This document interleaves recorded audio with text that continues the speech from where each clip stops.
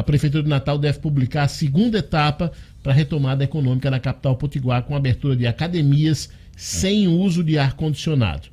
É para falar mais sobre essas academias, como vão funcionar e o que será exigido, que já está aqui conosco na linha, o diretor executivo do Conselho de Educação Física do Rio Grande do Norte, Adriano França. Boa noite, Adriano. Boa noite, Enio, Gustavo Negreiros, de Comunicação, todos os ouvintes da 96 FM. Pois é, amanhã está prevista a retomada, né, das academias, clubes e afins, os espaços onde as atividades físicas são desenvolvidas.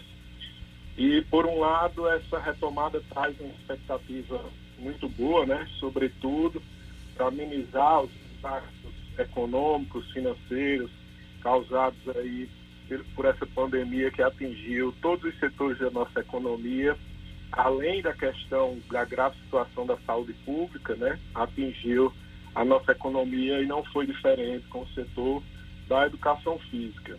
Por outro lado, essa retomada ela deve ser feita, né, na ideia do Conselho, na visão do Conselho, com bastante cautela, bastante precaução, para que seja garantida aí a saúde e o bem-estar dos envolvidos, né, dos profissionais de educação física registrados, dos usuários, dos serviços e também dos próprios proprietários, empreendedores do setor. Adriano, você já tem ideia do percentual de academias que vão voltar a funcionar já amanhã? Não, nós não temos esse número exato, né? Não tem ainda tanto como estimar. Nós temos 1.100 academias registradas, por volta disso, no estado, né? Nós acreditamos aí que 30% a 40% dessas academias, elas não voltarão às suas atividades, né? Algumas já com notícias de que estão fechando, encerrando definitivamente as atividades, né? Ou outras só voltarão realmente se conseguirem aí algum incentivo ou algum auxílio por parte dos governos, né? E amanhã algumas já estão prontas, né? Pelas informações que têm chegado para voltar. Outras vão esperar um pouco mais, né? Até por questão de análise de custo, viabilidade de funcionar, como foi até mencionado, acho que por Gustavo, né? Por exemplo, os restaurantes abriram, mas não se vê uma aderência tão grande do público aí até esse espaço, e aí algumas academias também tanto estão em reformulação, né, do seu modelo de negócio, quanto também vão aguardar, porque às vezes abrir a academia, ter esse funcionamento, implica num custo muito alto, que não se sabe ainda bem ao certo se nesse início, né, terá a adesão e participação do público suficiente para cobrir esses custos de funcionamento. Adriano, obviamente, com essa reabertura das academias, essas academias que abrirão a partir de amanhã têm que seguir um protocolo rígido sanitário. E que regras são essas que terão que ser seguidas, Adriano, a princípio por essas academias? Isso, exatamente, né? Existe uma série de medidas de segurança sanitária, né, que o Conselho orienta que seus registrados sigam com atenção, né, que inclusive nós disponibilizamos no nosso site em formato de cartilha, né, o protocolo com as medidas que o Conselho recomenda, que muitas delas são iguais às do plano de retomada, algumas estão nessa cartilha mais detalhada e outras são até um pouco mais protetivas. Dentre essas medidas, né, estão a utilização obrigatória de máscara, né, a disponibilização do álcool 70% em todos os espaços e em quantidade suficiente, né, para que as pessoas possam se higienizar, o reforço na higienização dos equipamentos e dos espaços, né, de treino, dos espaços de treino, outras como a regra de ocupação, que é de um cliente a cada 6,5 metros quadrados, né, que inclusive essa regra, no ponto de vista do Conselho, deve ser um pouco mais protetiva, que seria uma regra de 10 metros quadrados, um cliente a cada 10 metros quadrados. Também a questão do distanciamento, né, de 2 metros entre todos os presentes nos locais, treinamento, né, das equipes para que possam verificar o cumprimento dessas medidas, cobrar o cumprimento dessas medidas, cumprir, né, por si só. E, nesse sentido, é bastante importante a atuação dos profissionais de educação física como profissionais da saúde, né? Nós ressaltamos essa característica que é definida pela nossa legislação.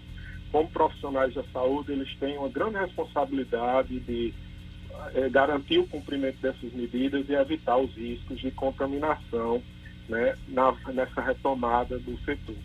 Uma dúvida, Adriano, essas aulas como dança, essas aulas que as pessoas se reúnem para fazer localizada, até propriamente tem academias que disponibilizam para os seus clientes lutas como Muay Thai, Judô, entre outras coisas. Isso aí fica para um segundo plano ou existe um plano específico para isso? Pois existiu até uma dúvida quanto ao próprio texto do plano de retomada, né? Mas o entendimento que nós extraímos, e até em contato da nossa assessoria de imprensa, com a assessoria de imprensa da Prefeitura, do governo, da FEComércio, né, que tem orientado os governos aí na definição desse plano de retomada, é que essas aulas coletivas, elas até podem acontecer desde que sejam respeitadas todas as orientações de distanciamento, de sanitização. E aí, por óbvio, em alguns casos, né, por exemplo, se existe contato pessoal, né, como as aulas de luta, essas atividades em que existe o contato, elas ficam inviabilizadas, né?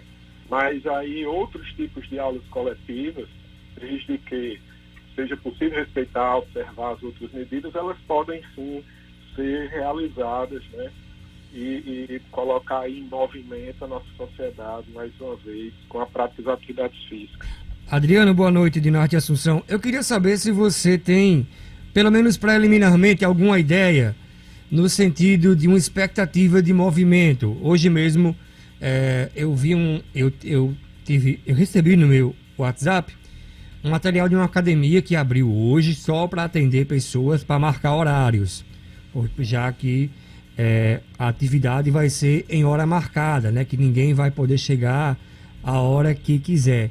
E aí a minha dúvida é se você já sabe se há algo nesse sentido com relação a um grupo de academias ou um número maior. Por quê? Porque a gente já viu que no caso dos restaurantes, essa retomada vem sendo seguida muito mais por medo. As pessoas têm medo ainda de saírem, têm medo de irem a atividades que possam causar algum tipo de infecção. Você sabe como é que está a procura por estabelecimentos para o treino nessa fase pré-abertura? Boa noite, Dinarte. Dinarte, hoje eu estive conversando com pelo menos 3, 4 proprietários, administradores de academia, né? Eles disseram que já desde esse final de semana, alguns alunos, aqueles que são mais engajados, mais assíduos, né, na prática das atividades físicas, já têm perguntado, já têm procurado esse agendamento, né? Eles acreditam que por volta de 20% a 30% já nessa retomada, né, já vai estar preenchendo esses horários, que também levam em consideração essa capacidade reduzida de atendimento, né? A regra de ocupação impõe aí que seja feita uma readequação na quantidade de pessoas que podem estar no local.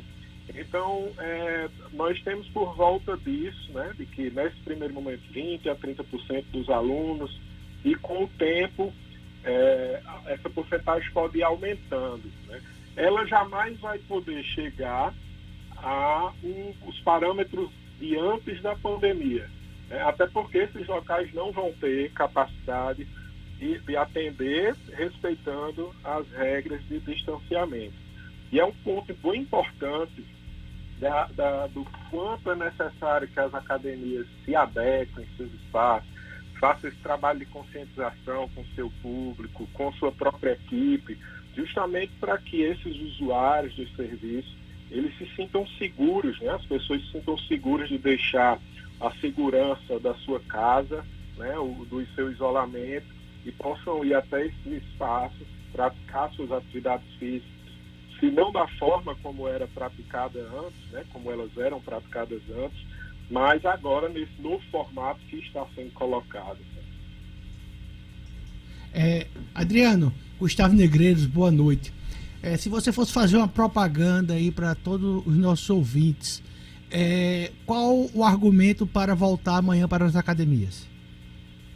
Gustavo, o primeiro argumento é de que os profissionais de educação física, eles são profissionais da saúde, né? Eles têm aí subtende-se que eles têm uma formação, né, que dá a eles uma capacidade de exigir, de verificar o cumprimento dessas medidas, né, de promover o bem-estar, a saúde física, psíquica, né? Nós não podemos esquecer que já existem uma série de pessoas que naturalmente no dia a dia já estão expostas a um risco maior, como por exemplo os próprios profissionais da saúde, né, que passam aí por uma tensão muito grande, outros trabalhadores de outros setores que já estão em atividade.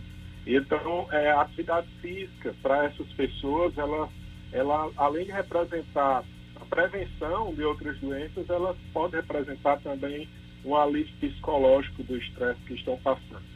De outro ponto, é interessante que os profissionais de educação física, diferente de outros setores que estão voltando, como os supermercados, ou como os supermercados que já estão funcionando, que não deixaram, né, de funcionar, eles têm uma proximidade com os alunos, de conhecer os alunos pelo nome, né, eles têm uma maior abertura de identificar algum fator de risco, de orientar melhor esses alunos.